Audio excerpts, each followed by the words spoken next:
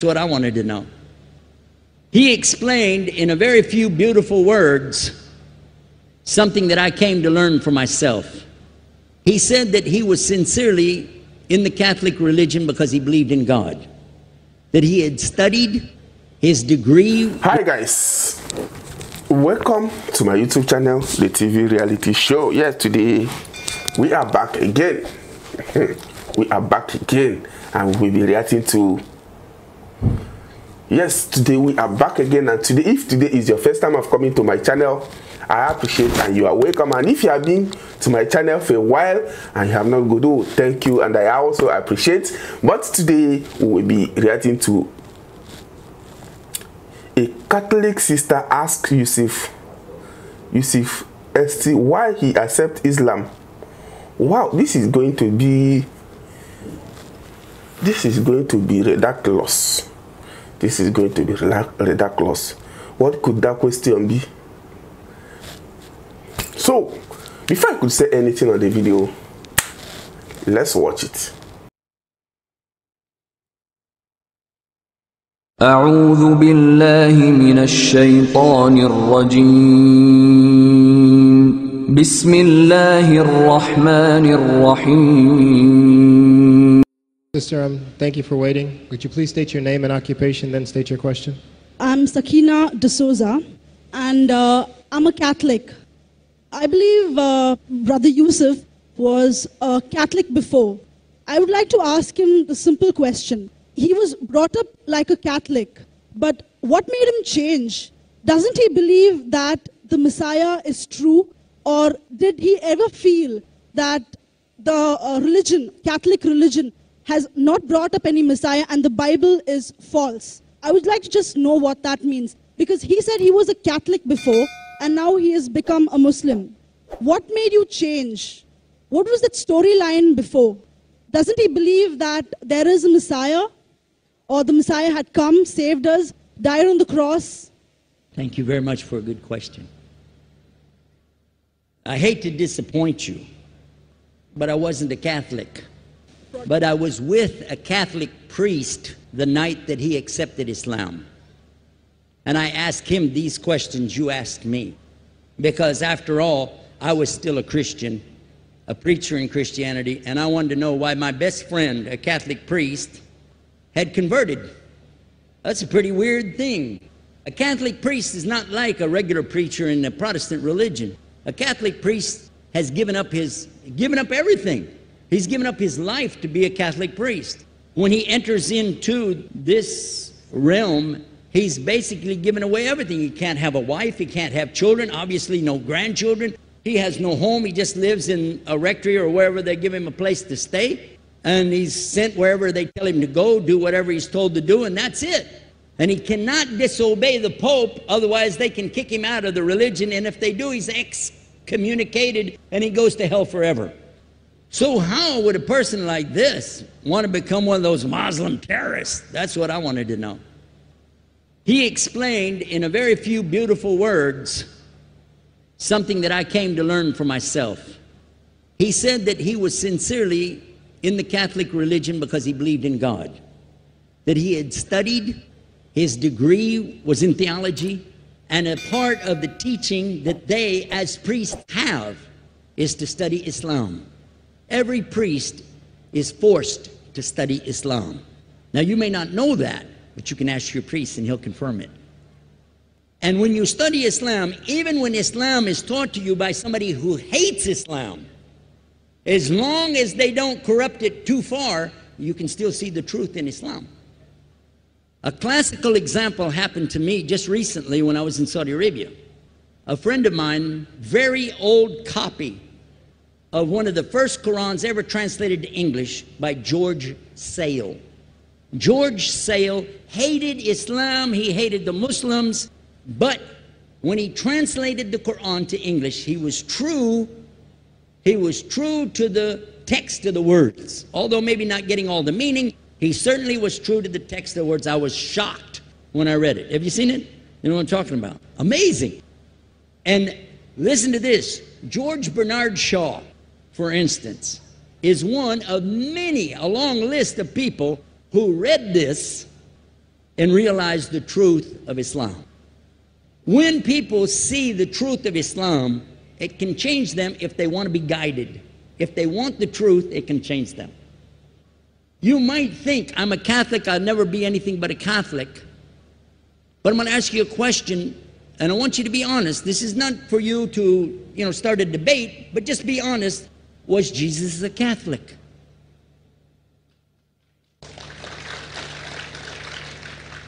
And it's not open to debate, so there's no point in opening that up, because you know and I know he wasn't.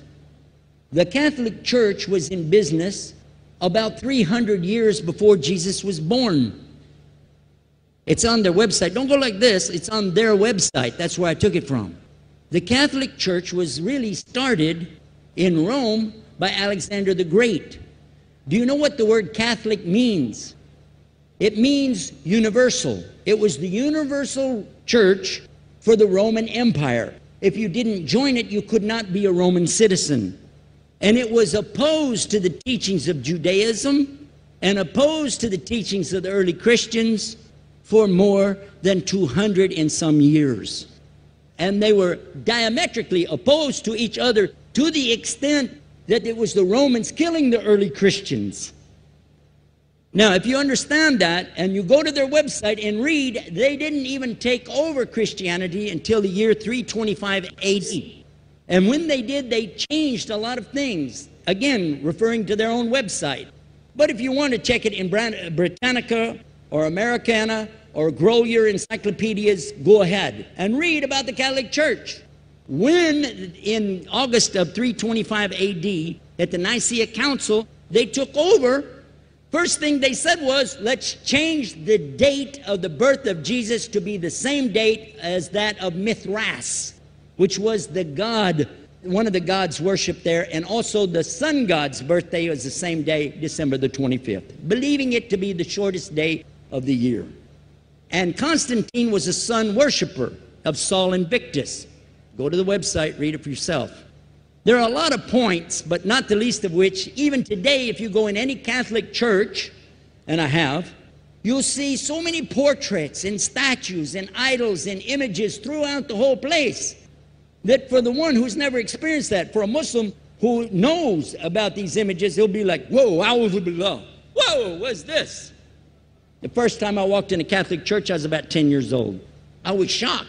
I was shocked at the idols and statues everywhere, because in the Protestant religion, we were brought up to believe that the second commandment was just as important as the first commandment. The first commandment in the Bible, in Exodus, is the same as the first commandment in the book of Deuteronomy. It says, I'm the Lord your God that brought you out of the land of Egypt in the house of bondage. You know no other God beside me. Beside me, there's no other gods. Thou shalt not have any other gods beside me. How many in this room agree with that commandment? Raise your hand. You notice the Muslims are raising their hand because it means Ashhadu an la ilaha illallah. That's the first commandment for us as well. The second commandment you have clearly says, thou shalt not make any idol, any graven image of anything that creeps upon the earth, swims in the sea beneath, or flies in the air above. And I was sitting in a church one time, sitting there in the morning service, watching, the preacher talk. And, they go on and on and on. And sometimes you lose your train of thought. I was looking. Whoa! On the front of the podium, there was a fish. A fish. For the symbol, make you fishers of men. It had a fish. I said, whoa. Then I looked up above his head at the big stained glass window, and it had a dove. And he had the olive branch in his mouth. The dove is flying, the bird, I said, whoa. And then I look over here, and there's a cross with a man hanging on it. And I said, wow, they didn't miss a single one. They got them all. Something walking on the earth, something swimming in the sea beneath, something flying in the air above. So look at these two things. Clearly, the first two of the 10 commandments, bang, bang, boom. Because if you said God is more than one, where did you get it from? When Jesus is talking to his own companions and they ask him, what's the greatest commandment? Mark 12:29. Clear. The greatest commandment is to know, O Israel, the Lord your God is one God. And you have to love him with all your heart and all your mind and all your strength. And this is no different from what Prophet Muhammad ﷺ was saying, the same thing to his people. Same thing I mentioned in the lecture. This is certainly for us the same. So what you see is Muslims practicing the commandments, and you see people claiming the commandments but practicing something else. And I have seen more converts from the Catholic Church than any other of the many sects of Christianity, and especially from the nuns, priests, and even an archbishop. And all of them are better than me. Those guys and women that I see do this, they still sacrifice their whole life to get the true message of Islam, not only to you, but to Muslims as well, because we all need to know about it. But thanks for a great question. The Catholic Church, rather, there is a difference between worship and veneration. There's a very big difference between worship and veneration. Like if I pray to Bible and kiss the Bible, it doesn't mean that I'm worshiping the Bible. Rather, it's a veneration. That is a sign of respect. We don't worship